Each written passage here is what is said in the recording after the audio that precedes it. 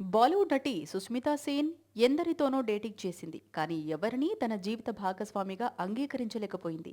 ఆ మధ్య ఐపీఎల్ మాజీ చైర్మన్ లలిత్ మోదీతో లవ్లో పడ్డప్పటికీ ఈ ప్రేమ కూడా ఎంతో కాలం నిలవలేకపోయింది. మాజీ బాయ్ ఫ్రెండ్ మోడల్ రోహ్మన్ షాతోనే తరచూ బయట కనిపిస్తోంది. తన ఇంట్లోని పార్టీలకు, సెలబ్రేషన్స్కు రోహ్మాన్ ఉండాల్సిందే. బయట ఈవెంట్స్కి, షాపింగ్కి వెళ్ళినప్పుడు కూడా సుష్మితకు నీడలా తోడుంటున్నాడు అతను. అలా అని వీళ్ళిద్దరూ మళ్ళీ ప్రేమాయణం నడపటం లేదు. తాజాగా ఒక ఇంటర్వ్యూలో సుష్మిత మాట్లాడుతూ, నా జీవితంలో ఇప్పుడు ఏ పురుషుడు లేడు. 3 ఏళ్లుగా సింగిల్గానే ఉంటున్నాను. ప్రేమ వెంట పరుగెత్తాలనుకున్న ఆలోచన, ఆసక్తి కూడా లేదు. అంతకుముందు 5 ఏళ్ల పాటు ఒకరితో రిలేషన్లో ఉన్నాను. దానికి బ్రేకప్ చెప్పి లవ్ లైఫ్లో బ్రేక్ తీసుకోవటం బాగుంది అని చెప్పుకొచ్చింది. ఒకవేళ నేను పెళ్లి చేసుకోవాలి అనుకున్నా నా పిల్లలు అస్సలు ఒప్పుకోరు అని చెబుతోంది మాజీ విశ్వసుందరి.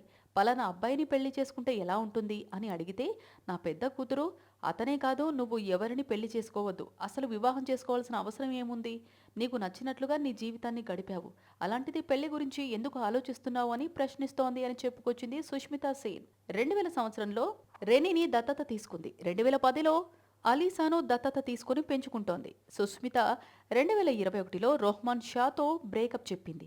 ఈమె చివరగా ఆర్య, అంతిమ్ వార్ సిరీస్లో కనిపించింది. ఈ సిరీస్ హాట్‌స్టార్లో స్ట్రీమ్ అవుతోంది.